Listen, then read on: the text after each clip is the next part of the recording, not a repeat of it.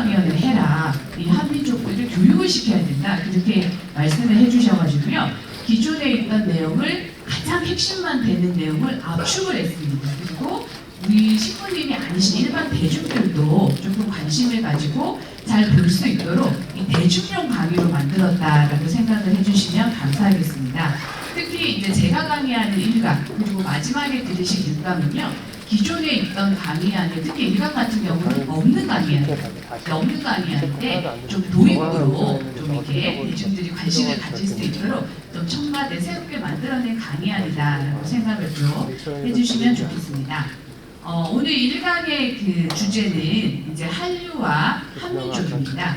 근데 이제 저희가 이 1강에 가장 강의를 하실 때 가장 중점이 되는 것은 일반 대중들은 이제 내가 왜 이 한민족 선민 대서사시를 들어야 되는가 이런 눈으로 이제 앉아 있잖아요. 그래서 이제 좀 친숙하게 접근할 수 있도록 요즘에 한류가 유행이니까 한류 이야기를 보편적인 문화 이야기로 시작을 해서요. 아 내가 이 강의를 한번 들어봐야겠구나. 동기부여, 마음을 열 수 있도록 동기부여를 해주는 강의다라고 생각하시면 좋겠고요. 제가 앞에서는 이제 캐베온이라는 어떤 세계적으로 가장 사랑받는 한류, 한국 문화를 가지고 이야기를 하지만 우리 강사님들께서 이제 현장에서 강의를 하실 때는요. 그 에피소드가 아니더라도 다양한 에피소드로 도입부는 전체적인 틀을 이제 공통으로 가셔야겠지만 도입부의 내용을 조금 이제 변화를 주셔도 괜찮을 것 같습니다. 네, 그래서 그런 의미에서 들어주시면 좋겠고요. 첫 번째가 이제 한류 열풍입니다. 제가 오늘 강의를 하기 위해서 여러 가지를 준비하다가 굉장히 흥미로운 뉴스가 있어서 제가 한번 갖고 왔습니다. 뭐냐면 우리나라는 대한민국 국가 이미지를 굉장히 조사를 많이 하거든요. 요즘은 문화 브랜드가 굉장히 중요하기 때문에 2025년도 문화체육관광부가 조사한 결과에 따르면 우리나라 국가 이미지가 역대 최고랍니다. 그러니까 외국인 10명 중에 8명이 한국 문화에 굉장히 관심을 가지고 있는 것으로 호감을 드러내는 것으로 나타났고요. 전체 82.3%예요. 그러니까 저희가 세계를 여행하다가 세계인 10명을 만나면 그 중에서 8명은 한국 문화를 굉장히 좋아한다는 거. 사실 이게 대단한 이야기거든요. 그러면 어떤 부분에 있어서 호감도를 많이 느끼느냐 한번 조사를 해봤어요. 그랬더니 당연히 1위가 뭐냐면 한국 문화에 대한 콘텐츠였어요. 그래서 이와 마찬가지로 최근에 한류 열풍이 정말로 거센 것 같아요. 저는 현장에서 굉장히 많이 느끼고 있는데요. K-뷰티, K-푸드, K-관광을 비롯해서 K-팝이라든지 한국 문화가 어떻게 보면 굉장히 특수한 작은 나라의 문화임에도 불구하고 국가를 넘어서 전 세계인의 마음을 움직이고 있습니다. 그 중에서 단연 돋보이는 게 K-팝 데몬 헌터스라고 하는 우리 목회자님들도 혹시 보신 분 계실까요? 네, 거의 다 많이 보셨죠? 네. K-팝 데몬 헌터스라고 하는 애니메이션이 굉장히 놀라울 정도로 여전히 신드롬을 지금 일으키고 있습니다. 넷플릭스 역사상 가장 많이 본 영화 1위를 달리고 있고요. 골든이라고 하는 주제곡이죠. 빌보드 한 100위에서 1위를 차지할 정도로 굉장히 선풍적인 인기를 누리고 있습니다. 그래서 제가 이 인기가 어느 정도인가를 한번 찾아봤더니요. 미국에 있는 에피소드입니다. 굉장히 좀 어려운 고등학교였어요. 이게 좀 이렇게 반항적인 아이들이 다니는 어려운 고등학교였는데 아무래도 통제가 안 되는 거예요, 수업 시간에. 그래서 한 선생님이 아이디어를 내가지고 K-팝 데몬 헌터스를 틀어줬대요. 그러니까 학생들이 그거 앞에 모여가지고 너무 조용하게 이제 집중해서 잘 보더라라고 합니다. 그 정도로 이제 인기가 있는데요. 사실은 이 내용을 분석을 해보면 그렇게 특별한 메시지를, 스페셜한 메시지를 저희에게 전달하는 것은 아니에요. 굉장히 보편적인 메시지거든요. 헌트릭스라고 하는 아이돌 그룹이 낮에는 아이돌로 활동을 하면서 그 이면의 밤에는 어떤 악령들로부터 팬들과 시민들을 보호해서 평화를 지킨다는 전형적인 히어로물, 영웅물입니다. 근데 여기에 이제 테마적인 요소들, 또 한국의 K-팝이라는 어떠한 요소를 혼합했기 때문에 인기가 있는데요.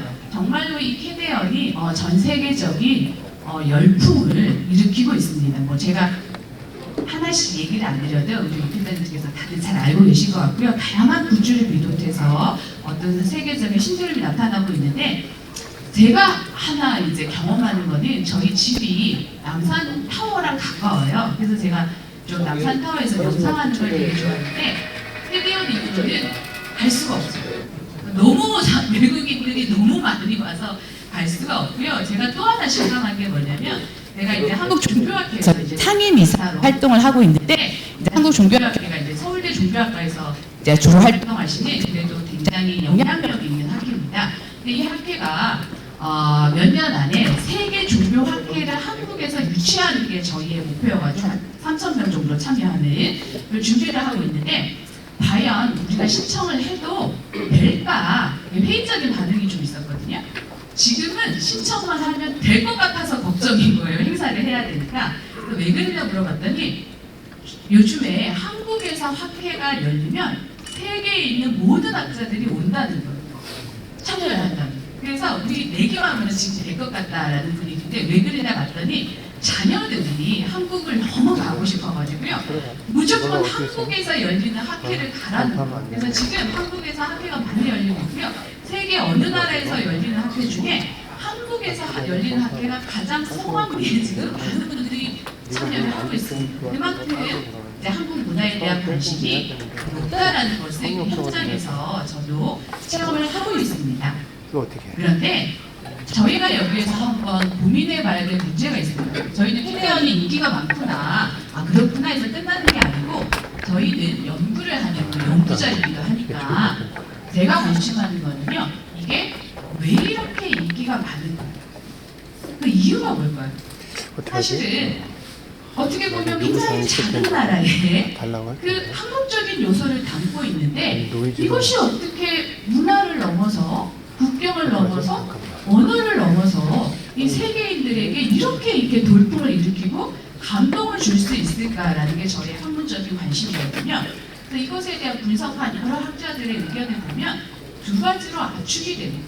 첫 번째는 심정이라고 하는 그 한국의 독특한 정서적인 문화, 이 심정을 담은 서사가 외국인들에게 정말 이 마음을 울린대요. 그리고 결론이 났는데 왠지 또 이게 뭔가가 이렇게 올라오고 끝나지 않는 그런 여운을 남긴다고 합니다. 하나는 심정을 담은 서사고요. 두 번째는 이 영화 안에서 한국 문화가 많이 나오시잖아요. 많이 나오는데 이 문화가 굉장히 낯설고 좀 배척해야 되겠고 나랑은 다르구나라는 이런 이미지를 줄 수가 있어요. 근데 그게 아니고 굉장히 신선하다. 뭔가 좀 따라해보고 싶다라는 한국 문화의 신선함입니다. 이 두 가지가 이제 캐대언이 인기가 많은 이유 중에 하나인데요. 그러면 도대체 한국 문화는 뭐길래 이렇게 세계적인 열풍을 끄는가 한번 저희가 탐구해 보겠습니다. 첫 번째는 한국 문화의 독특한 그 것들이 많이 있어요. 사실은 문화에 대한 정의는 굉장히 넓습니다. 인간이 공통적으로 살아가는데 공통적으로 행하는 생활 양식 전체가 문화에 대한 개념입니다. 근데 그럼에도 불구하고 한국 문화 했을 때는 세 가지가 굉장히 중요한 것. 두 번째는 공동체 문화. 세 번째로 우리나라는 애호 사상이 있잖아요. 그래서 평화를 사랑하는 책임의식. 이 세 가지가 한국 문화를 대표하는 특징인데 이 특징을 캐대헌이라는 어떠한 그릇이 애니메이션이라는 그릇이 굉장히 잘 그려서 담아내고 있고요. 이것이 세계인들의 마음에 큰 울림이 되고 있습니다. 첫 번째로 한국의 심정 문화가 무엇인지 살펴보겠습니다. 우리 원리에서는 이제 심정이라고 하는 것은 사랑하지 않고는 견딜 수 없는 정적인 충동, 이게 해서 이 사랑의 본질로 이해를 되잖아요.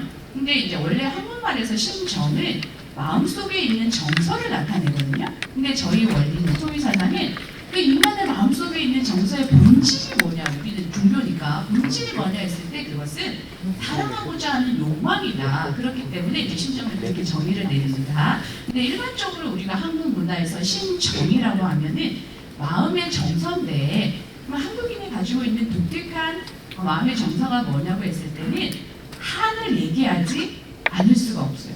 그러니까 한이라고 하는 것은 이 사전적 정의는요, 억눌린 슬픔, 뭔가 이 아쉬움, 응어리진 마음 이런 거거든요. 그래서 사실 한이라고 하면은 굉장히 좀 슬프고 뭔가 좀 비통하고 뭔가 좀 좌절감이 들고 안타까움이 있습니다. 근데 그것만으로는 한을 설명할 수가 없어요. 보통 우리가 인간이 이 세상을 살면서 때로는 슬픈 일이 있으시죠? 우리 목회자님들? 네, 맞습니다. 우리가 항상 즐겁기만 하다 하시는 분들은 상담을 전공하는 저에게 오셔야 될 것 같습니다. 그렇지는 않습니다. 인간이 때로는 좌절도 있고 고통도 있고 힘듦이 있는데, 자, 이렇게 우리가 좌절과 슬픔과 고통을 인간은 누구나 느껴요. 근데 그럴 때마다 인간에게는 세 가지의 반응이 나타납니다. 첫 번째가 뭐냐면요, 본인이 힘들어요.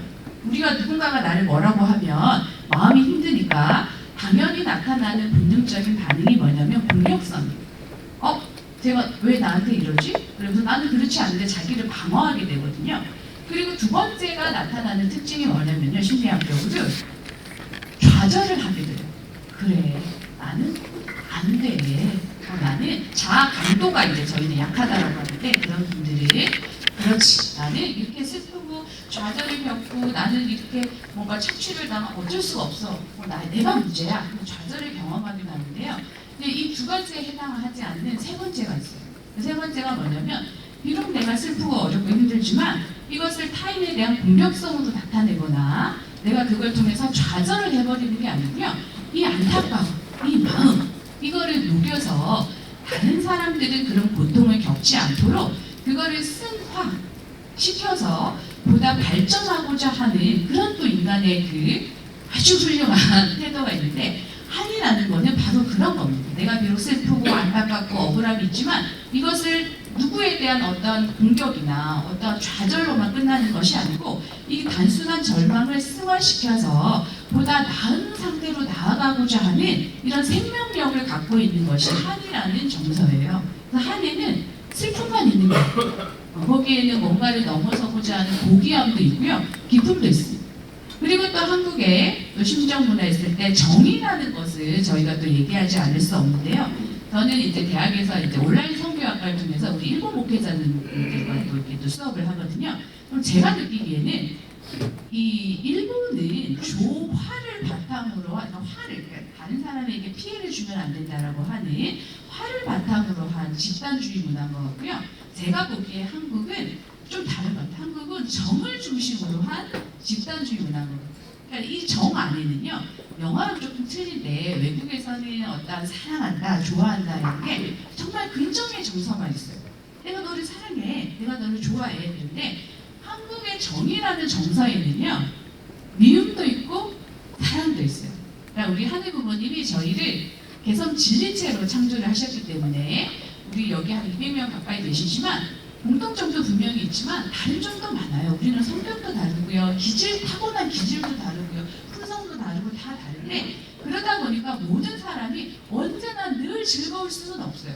그래서 때로는 상충하기도 하고 때로는 갈등하기도 하지만, 그렇기 때문에 내가 너를 미워, 그러니까 너는 내가 마음에 안 드는 이 부분을 떼고 나한테 와, 이게 아니라 그런 안타까운 면도 있고 때로는 갈등의 면도 있지만 그것도 품고 같이, 그럼에도 불구하고 사랑한다잖아요. 그래서 이 정이라는 감정, 인간의 정서 안에는 미움도 있고 사랑도 있는 게 한국 문화의 독특한 특징인 것 같습니다. 근데 캐대원이 인기가 많은 이유는요, 이런 한국의 뭔가 이 말로 이런 이 정의, 이 한의 이 심정은 말로 잘 표현이 안 되는데 이거를 굉장히 영화 속에 잘 녹여냈다는 게 학자들의 분석입니다. 이 첫 번째로는 이 정체성의 혼란이 있어요. 이 첫 번째 나오는 사진에 이 주인공이 그 악마의 피를 하고 난 사람이지만 악마를 퇴치하는 또 헌트릭스로 역할을 하게 됩니다. 자기 자신의 정체성에 대한 혼란을 경험을 하고요. 그래서 내가 어떤 사람으로 나를 정의 내려야 될까, 이런 것들을 막 고민을 합니다. 그러면서 보다 선한 방향으로 성장하고자 하는, 자기의 고통을 승화시키고자 하는 그 이야기들이 막 우정과 더불어서 막 펼쳐지고요. 그 다음에 다음 번째 사진은 이 악한 그룹이 나오는데 그 악한 그룹의 리더가 있어요. 근데 이게 또 동양 이 문화, 한국 문화의 특징인데 한국은 그 악을 정말로 무찔러야 되고 없애야 되는 존재로 또 해석하지 않아요. 되게 특이하게. 어떻게 해석하면 이 악한 이 존재라는 이 진우가 악하게 된 이유가 있어요. 뭐냐면 정말 어려운 상황에서 가족을 살리기 위해서 가족을 버렸어요. 근데 그 버렸다라는 죄책감에 시달리는 그 한스러운 마음이 또 이 영화 속에 굉장히 잘 녹아 있습니다.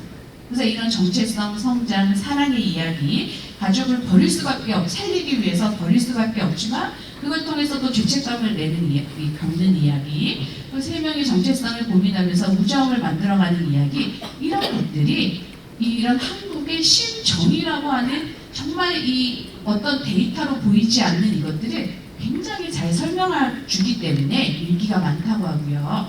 두 번째는 공동체 문화. 개인보다는 전체를 우선시하는 우리를 위한 단결인데 한국 문화의 특징이 있잖아요. 저도 이제 학교에서 외국 교수님들을 만나고 하면 뭐 제가 저의 남편입니다 이렇게 잘 얘기 안 하는 것 같아요. 우리 신랑입니다, 우리 남편입니다 얘기하면 굉장히 깜짝깜짝 놀라시잖아요. 그러니까 저희는 너무 익숙하기 때문에 아무렇지 않은 것 같지만 한국에 가지고 있는 이 우리라는 이 정서가 있거든요. 근데 이것이 캐대언에도 굉장히 잘 녹아 있습니다.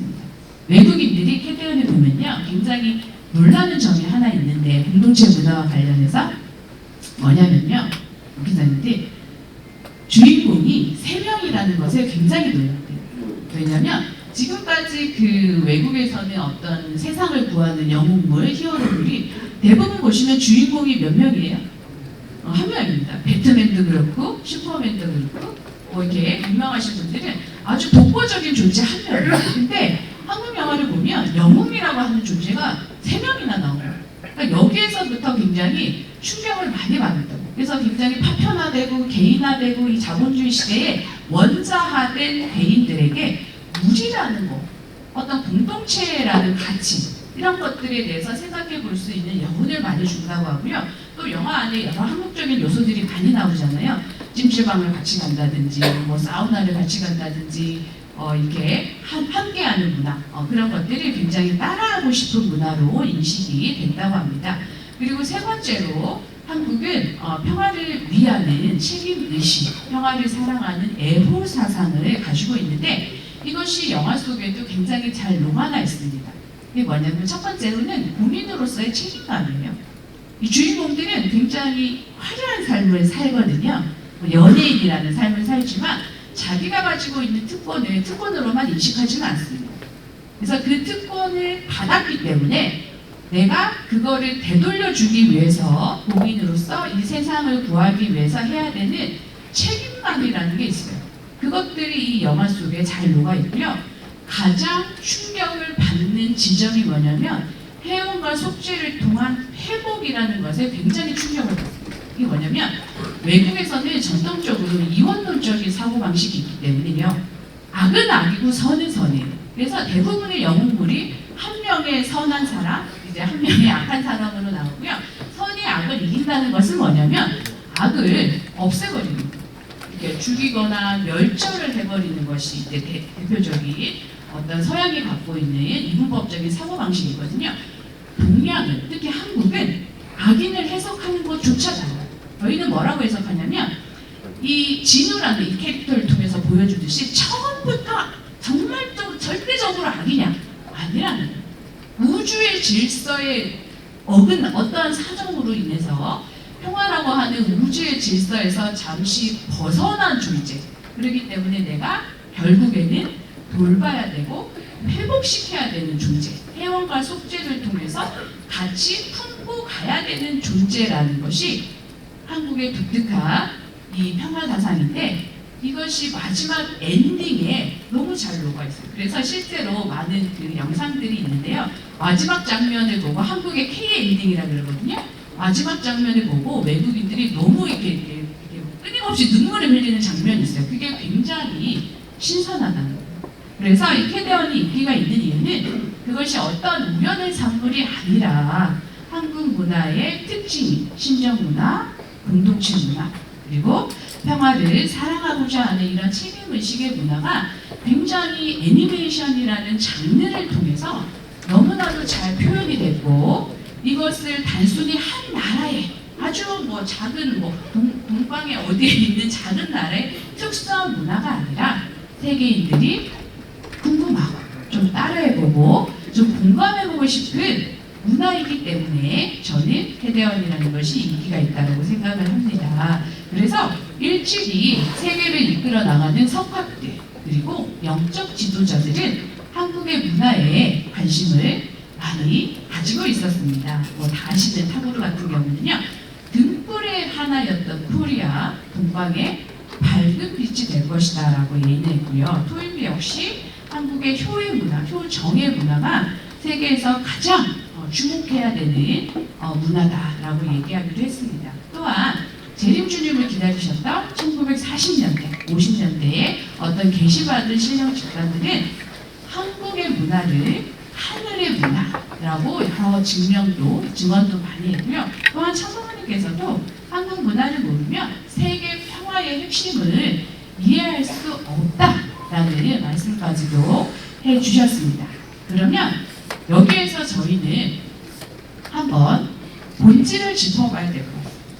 지금 이 시대에, 이 참 어머님의 시대에 이 한류라는 것이, 한국 문화라는 것이 전 세계적인 열풍을 일으키고 사람들의 관심을 받고 어떤 세계인이 함께할 수 있는 보편 문화로 자리 잡아가는 이 현상이 우연일까요? 아니면 보이지 않으시지만 인간의 삶을 주재하시는 하늘 부모님의 어떠한 특별한 섭리의 하나의 사건으로, 필연적인 사건으로 저희는 이해를 해야 될까요? 우연일까요? 아니면 섭리적인 어떠한 사건으로 해석이 됩니다. 그렇기 때문에 저는 이 한류와 한민족의 정신을 바르게 이해하는 방법은 한민족 선미, 대서사시를 통해서 이루어질 수 있다라고 생각을 합니다. 자, 그러면 다음 질문. 한민족이 뭘까? 선민이 뭘까? 대서사시는 뭘까라는 질문이 또 이제 생기잖아요. 거기에 대해서 이제 한번 알아보도록 하겠습니다. 자, 참 어머니께서 대서사시라고 하셨거든요. 근데 저는 왜 대서사시라고 했을까라는 게 굉장히 신학적인 의문이었어요. 그러면서 여기 이제 대서사시에 관한 많은 논문들을 읽으면서 그래서 대서사시였구나라는 게 제 나름대로는 어느 정도 정리가 되었습니다. 뭐냐면 대서사시는 민족이나 국가의 역사적인 사건과 관련된 신화, 전설, 영웅 다 들어갑니다. 이런 업적들을 논리적이고 이성적이고 이렇게 과학적으로 밝히는 장르가 아닙니다. 이런 다양한 한 국가의 어떤 역사적 사건과 이런 신화와 전설과 영웅담을 이야기, 내러티브라고 하는 그 질적 연구 방법 중에 하나인데, 이 내러티브라는 형식을 통해서 의미를 찾아가는 게 대서사시입니다. 그래서 한민족 선민 대서사시란 한민족이라는 이 나라의 역사적인 사건들, 신화들, 전설, 민족의 영담, 이것을 과학적인 그 연구 방법이 아니고요, 질적 연구 방법, 내러티브라는 형식을 통해서 도대체 이것이 우리에게 주는 의미가 무엇인가를 가르쳐 주는 게 사실 대서사시라는 장르입니다. 그래서 제가 대서사시라고 말씀을 드리면 많은 분들이 하시는 질문들이 있어요. 뭐냐면 이게 사실인가요? 허구인가요? 역사적인 근거를 대세요. 이런 말씀을 많이 하시는데요. 물론 그 말씀도 맞습니다. 그런데 그것은 대서사시라고 하는 문학적인 장르에 대해서 조금 더 알아볼 필요가 있습니다. 뭐냐면 대서사시의 목적은요, 과학적인 연구라기보다는 한 사회, 민족, 문명, 역사를 관통하면서 인간과 세계에 대한 의미를 서술하려는 데 목적이 있습니다. 한민족이라는 게 도대체 뭔데? 그것이 나에게 어떤 의미가 있지? 그리고 그 의미를 내가 수용하고 내가 어떻게 살아가야 될지라는 규범적인 의미까지 다 담고 있는 게 대서사시입니다. 그래서 대서사시의 층위는 보통 세 가지로 구분해야 하거든요. 첫 번째는 역사적인 사실의 층위가 있어요. 팩트에 관한 내용이 있고요. 두 번째는 의미의 층이라는 게 있어요. 그것을 인간이 해석한다는 것. 그리고 이 의미를 저희가 막 시간이 한계가 있으니까 몇 시간씩 며칠 다 설명할 수가 없으니까 그 의미를 집약해서 보여주는 게 상징과 비유와 신화예요. 이 세 가지 층위로 대서사시가 이루어져 있습니다. 그러면 어떤 분들은 이렇게 질문하세요. 그러면 역사적인 사실만 하면 되지 왜 의미와 상상력을 발휘하느냐 이렇게 말씀하시는데요. 왜 그러냐면 인간이 하늘 부모님께서 저희를 의미를 찾는 존재로 창조하셨기 때문에 그렇습니다. 자, 팩트는 뭐냐면 오늘 2월 3일 한국 목회자가 청와캠프에 모여서 한민족 선민 대서사시 강사교육을 받고 있다. 이게 팩트예요. 이게 역사적인 사실이거든요. 교육을 받고 있다.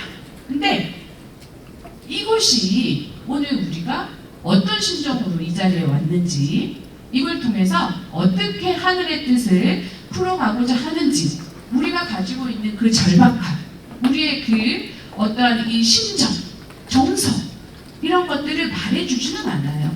팩트는 그냥 팩트예요. 그렇기 때문에 인간의 삶에는요 의미가 들어가요. 의미와 해석의 영역.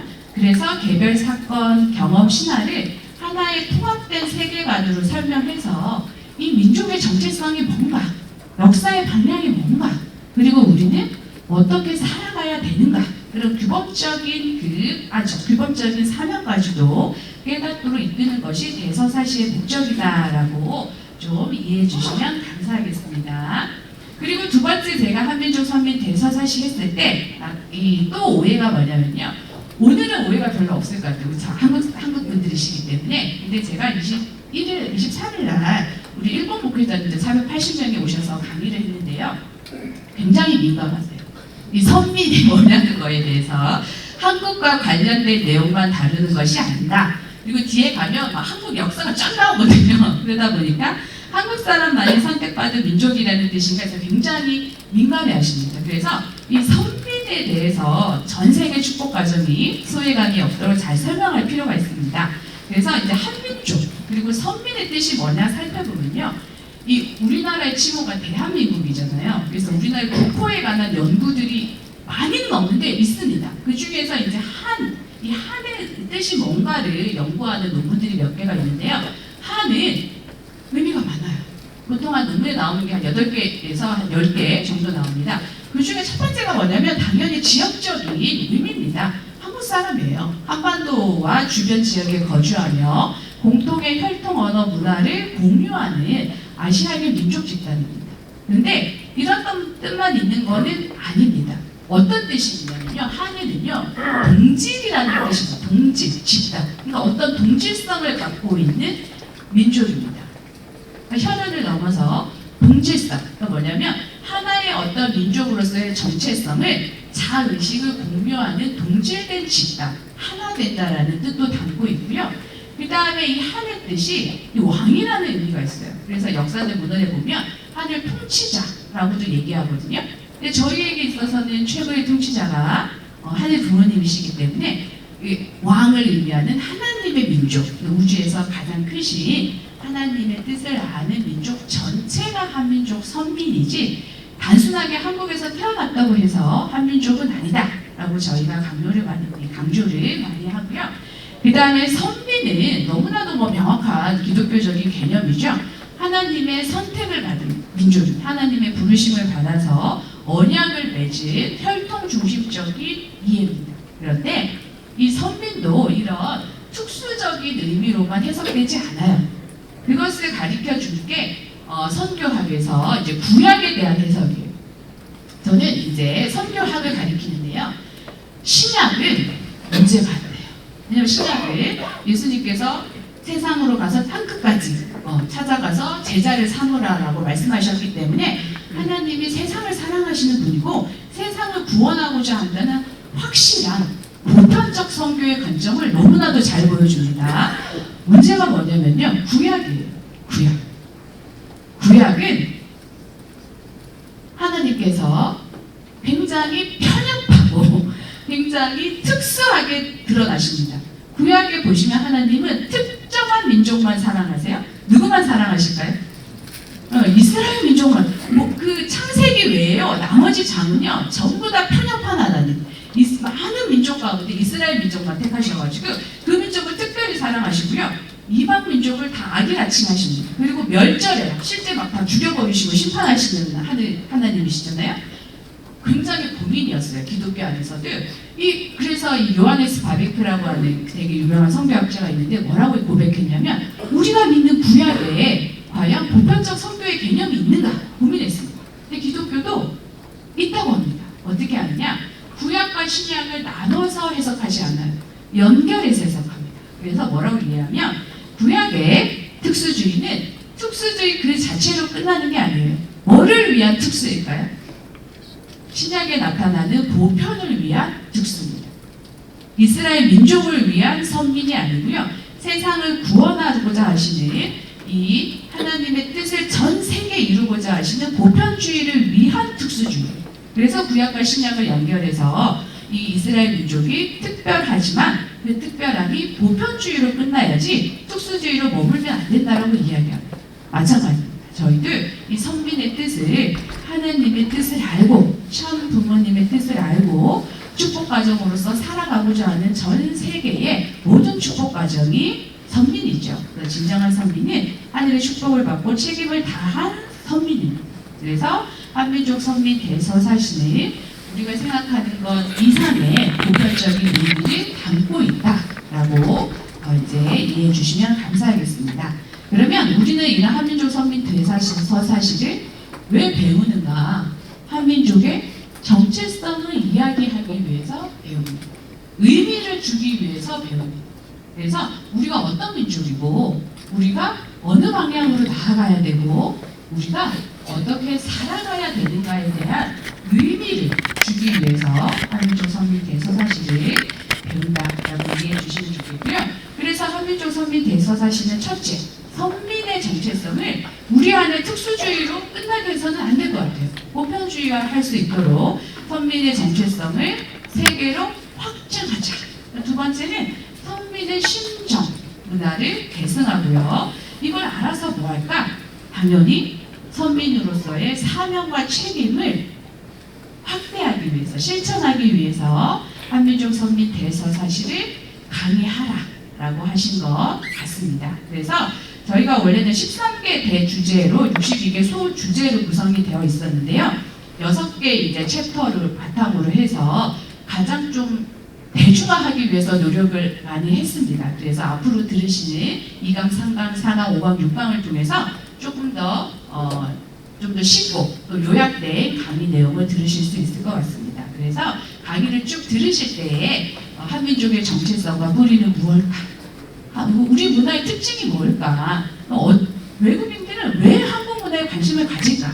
한국의 역사적인 사건들이 주는 의미가 무엇인지, 그리고 하늘의 뜻이 어떻게 이 한민족을 통해서 이루어져 나왔는지를 성찰하시면서 그 의문을 가지고 강의를 들으시면 명쾌한 해답을 얻으실 수 있을 것 같습니다. 네, 마지막으로 제가 유대인 이야기를 잠깐 해볼까 합니다. 사실 유대인들은 굉장히 특별한 민족인 것 같아요. 하늘부터 선택받은 선민이죠. 선민이기 때문에 그런지는 모르겠지만 세계 인구의 0.2%밖에 안 돼요. 근데 굉장히 사실은 순환의 민족이고요. 보통의 민족입니다. 그럼에도 불구하고 노벨상 수상자 22%, 지금 2019년 자료여서 조금 요즘 더 넘었다 그래요. 그 22% 이상이 유대인이고요. 미국의 금융 경제를 잡고 있는 것도 유대인. 독일계 유대인들이 골드만삭스도 전부 다 독일계 유대인이 세운 건데 미국의 금융 경제의 주역입니다. 그래서 저는 항상 이 유대인들이 아니 이렇게 작은 소수 민족, 그것도 디아스포라가 돼서 전 세계에 흩어졌던 이 고난의 민족이 어떻게 이렇게 세계적으로 저력을 발휘하는 민족이 될 수 있을까 궁금했는데 그 해답을 제가 교수님을 통해서, 이거 전공하신 교수님을 통해서 알게 됐습니다. 저한테 질문을 하시더라고요. 유대인들이 왜 이렇게 훌륭할까요? 그래서 저는 너무나도 단순하게 머리가 좋아서 그렇지 않을까요? IQ가 높기 때문에 그랬는데 제가 찾아보니까 한국에서 전 세계에서 IQ가 제일 높은 민족이 한국 민족이에요. 저희가 106이고요. 유대인들이 100이 안 되나요?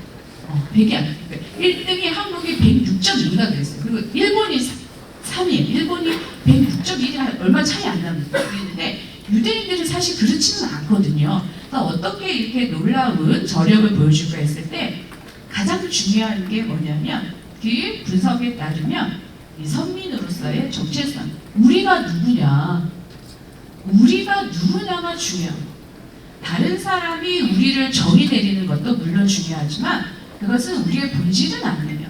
타인 말고, 아는 사람 말고 내가 우리를 누구라고 정의 내리는지가 굉장히 중요한데 유대인들은 선민으로서의 자부심이 우리가 누구냐? 하나님이 선택한 민족이라는 그 자긍심, 그 뿌리, 그 아무리 어려운 고난 가운데 있더라도 이거를 잊지 않는다. 그리고 그걸 자식들에게 교육시키고 이런 선민으로서의 정체성이 있다는 얘기예요. 근데 두 번째가 반전이 있어요. 두 번째가 뭐냐 그러면 열등감. 왜 열등감을 느낄까요? 우리는 이렇게 훌륭한 민족이고 하늘이 선택한 선민인데 유대인들의 현실은 어떻습니까? 현실은 굉장히 고달프고 소수민족이고 밖에만 있는 민족입니다. 거기에 대한 열등감이 있는 거예요. 내가 누군데? 자부심이 클수록 현실과의 괴리가 있다 보니까 이상과 현실의 괴리가 있다 보니까 열등감이 크다고. 근데 세 번째가 중요합니다. 그 열등감을 어떻게 해소하느냐? 좌절할까요? 우리는 안 되니까 그만둘까요? 세상이 우리를 이렇게 규정하니까 우리는 이런 사람이야 라고 포기해버리는 것이 아니고 노력한다고 합니다. 이 현실을 바꾸기 위해서 이 선민으로서의 우리의 정체성을 하늘 부모님의 뜻을 우리를 통해서 세상 앞에 드러낼 수 있도록 하기 위해서 포기하지 않고 그 적은 유대인들이 최선의 노력을 다하는 것이 유대인들이 오늘날 이 소수민족임에도 불구하고 저력을 발휘하는 이유라고 생각합니다. 그래서 저는 이 이야기를 들으면서 선민으로서의 정체성이 중요하구나라는 것을 다시 한번 깨닫게 되었습니다. 그래서 하늘이 택한 한민족 그리고 하늘이 택한 선민이라는 것이 우리의 모든 것을 규정할 수 있는 가장 큰 본질이구나. 그렇기 때문에 그 의미를 가르쳐주기 위해서 이런 참 어머니께서 그 어려운 환경에서도 대중강의를 하라고 하신 거구나라는 생각이 문득 들었습니다. 그래서 앞으로 이어질 강의를 통해서 하늘이 택한 한민족 선민으로서의 정체성이 무엇인지 궁금하시죠? 네, 거기에 대한 답을 아마 다음 강의부터 이제 쭉 이어지는 강의를 통해서 해답을 얻으실 수 있을 것 같습니다. 그래서 우리 모두가 한민족 선민으로서의 정체성을 찾아가는 시간이 뜻깊은 시간이 되기를 바라면서 저는 강의를 마치도록 하겠습니다.